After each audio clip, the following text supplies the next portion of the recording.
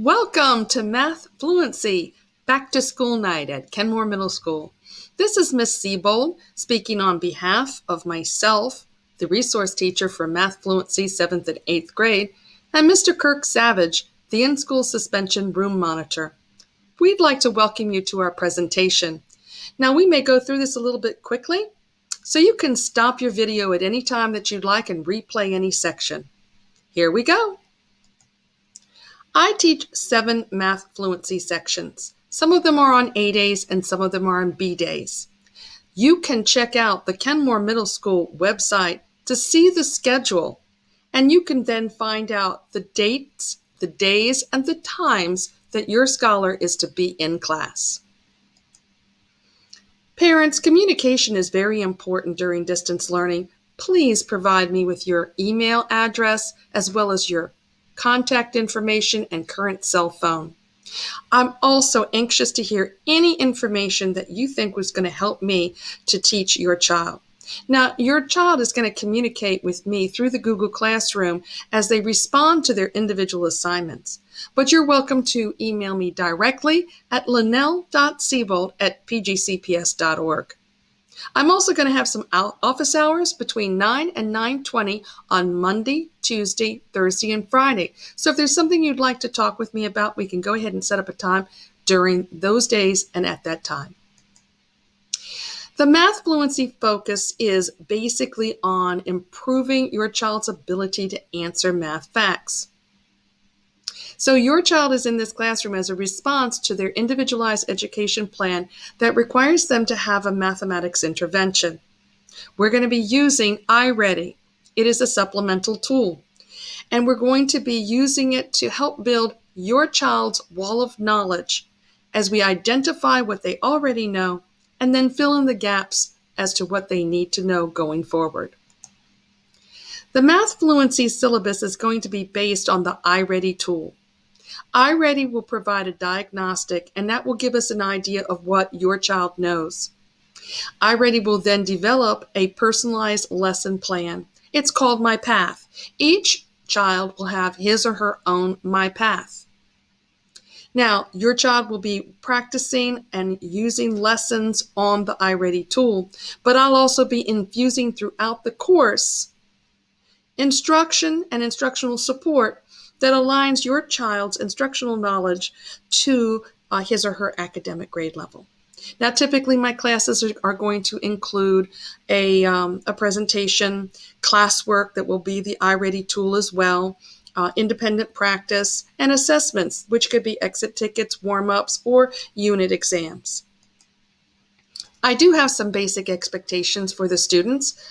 I expect them to be present at every one of my Zoom virtual classes.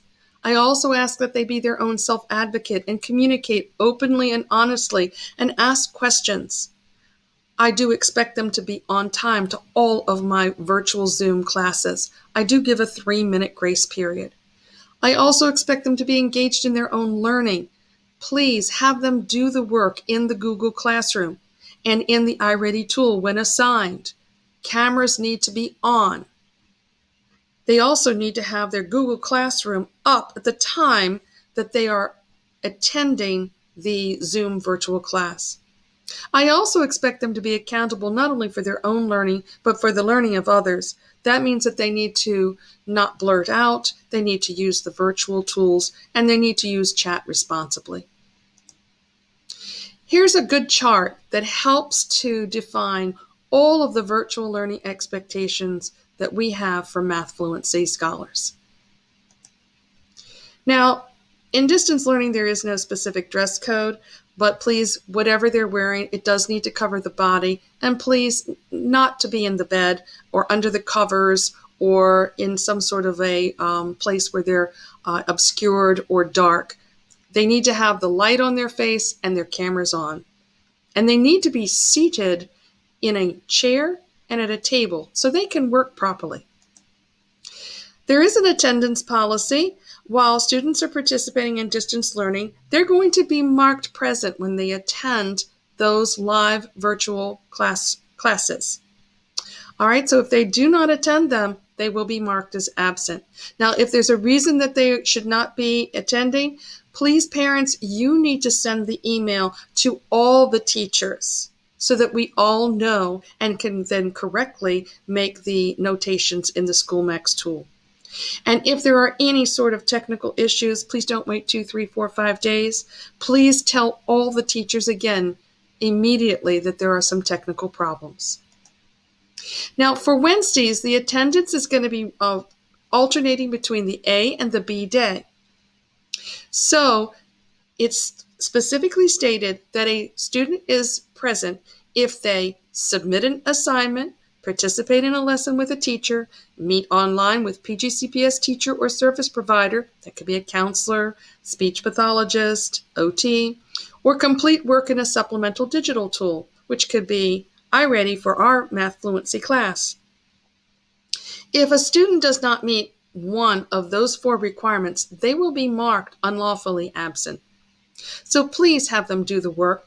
And when they participate on Wednesdays, whatever that may be, maybe they're participating in a social studies small group, please, you and them together, send an email to all of their teachers so all their teachers have the same information about what they were doing on that Wednesday. We really appreciate that. Now, I will make every attempt to verify a child's attendance by checking all the supplemental tools, the Google Classroom submissions, if I'm running a small group activity myself, and also if I'm receiving some emails from teachers. But that process is not foolproof. So the best thing that you can do is to help your child and keep those records nice and correct, is to make sure that your child and you send an email to all the teachers telling us what your child did on that Wednesday. Now, the grading policy, there is a grading policy that's posted on the Prince George's County Public Schools website, and you can also see grades real time in SchoolMax. We're going to be posting 2 grades per week in SchoolMax. Now, you will have a little problem if your scholar does not do his or her work, so they will get a failing grade if they cheat on a test or a quiz, if they don't produce work within an assigned time frame, if they are lawfully absent but then don't do the makeup work, or if they're unlawfully absent, or if their overall scores fall below the 60 percentile. All right, here's the grading scale, and so you can always come back and check that out. Now, if your scholar does no work, or if they send incomplete assignments, blank assignments in Google Classroom, that is 0 work. And this applies to those Google Classroom assignments, definitely, and to any supplemental tools. Now, teachers will allow students the opportunity to submit missing or incomplete assignments by the following Wednesday after the original due date. Makeup work, however, when it comes to the end of the quarter, cannot be submitted 5 school days prior to that end of the quarter. That's to give the teachers enough time to go ahead and collect all the information and get all the grading done. All right, now students and parents can request one additional opportunity to improve the score of an assessment or big project that demonstrates knowledge of core content. There are some exemptions, which means that they're not included in this, and that would be final research reports and projects that culminate a unit of study and final semester or marking period exams. Now, for math fluency work assignments, they are all going to be posted in the Google Classroom. Students are expected to use the Google Classroom to communicate questions and comments about the work. Math fluency grades will be based on progress made towards milestones in the iReady tool and completion of supporting work that is posted in Google Classroom. Thank you. You, your child, and the school, we are partners helping your child to be career and college ready. We thank you again for listening to this presentation. Bye.